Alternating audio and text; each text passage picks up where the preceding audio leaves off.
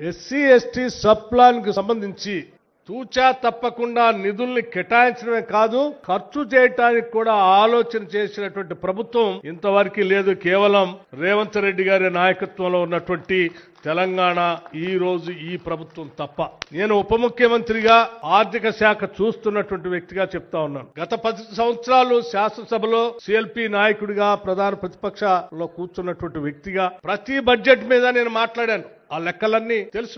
రాష్ట్ర విభజన జరిగిన తర్వాత 10 సంవత్సరాలు టిఆర్ఎస్ ప్రభుత్వంలో ఈ సబ్ ప్లాన్ కు సంబంధించిన నిధుల్ని పూర్తిగా గాలికి వదిలేసి ఈ వర్గాల్ని మాయలో భ్రమల్లో పెట్టి బతికారు తప్ప ఏమి చేయలేదు. రాష్ట్ర బడ్జెట్ లో దాదాపు 40,232 కోట్ల రూపాయలు ఎస్సీ సబ్ ప్లాన్ కింద ఈ సంవత్సరం బడ్జెట్ లో కేటాయించడం అనేది మామూలు విషయం కాదు. ఇది అంతేకాదు, గత ప్రభుత్వాల హయాంలో రూపాయి ఖర్చు పెట్టకపోతే దాన్ని క్యారీ ఫార్వర్డ్ చేయమని చట్టం చెప్తుంటే కూడా చేయలే. కానీ మన ప్రభుత్వం, మన ముఖ్యమంత్రి, మన మంత్రి మండలి కుదరదు, మనం తప్పనిసరిగా అమలు చేయాల్సిందే అని చెప్పి గత ప్రభుత్వంలో మిగిలిపోయి ఉన్నటువంటి 13,223 కోట్ల రూపాయలు కూడా క్యారీ ఫార్వర్డ్ చేసి ఈ రాష్ట్రం ఈ సంవత్సర బడ్జెట్ లో కూడా దాన్ని అలాట్ చేసి ఈరోజు మనం ముందుకు పోతా ఉన్నాం. వదిలిపెట్టలేదు డబ్బులు. అట్లాగే ట్రైబల్ సబ్ ప్లాన్ సంబంధించి కూడా 17,169 కోట్ల రూపాయలు ట్రైబల్ సంక్షేమం కోసం ఈ రాష్ట్ర ప్రభుత్వం ఈ బడ్జెట్ లో ఈ సంవత్సరం కేటాయించింది. దాదాపు 1,296 కోట్ల రూపాయలు ఖర్చు కానటువంటి ట్రైబల్ సబ్ ప్లాన్ సంబంధించిన నిధుల్ని వదిలేయకుండా క్యారీ ఫార్వర్డ్ చేసి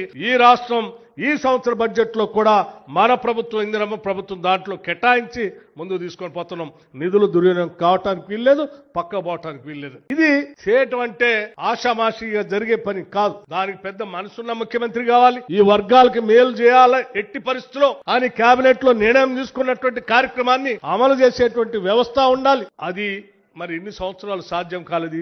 ఈ సంవత్సరం సాధ్యం అయింది అని అంటే అది కేవలం ఈ రోజు రాష్ట్ర ముఖ్యమంత్రిగా రేవంత్ రెడ్డి గారు ఉండటం, ఉప ముఖ్యమంత్రిగా ఆర్థిక శాఖగా నేనుండటం, నాతో పాటు నా మంత్రివర్గ సహచరులు అందరూ, పొన్నం ప్రభాకర్ గారి దగ్గర నుంచి మొదలు పెడితే ప్రతి మంత్రి కూడా ఈ కాంగ్రెస్ ప్రభుత్వంలో ఈ నిధులను ఖర్చు పెట్టాల్సిందే అని చెప్పి గట్టిగా వారు చెప్పబట్టే ఈరోజు మనం చేయగలుగుతున్నాం.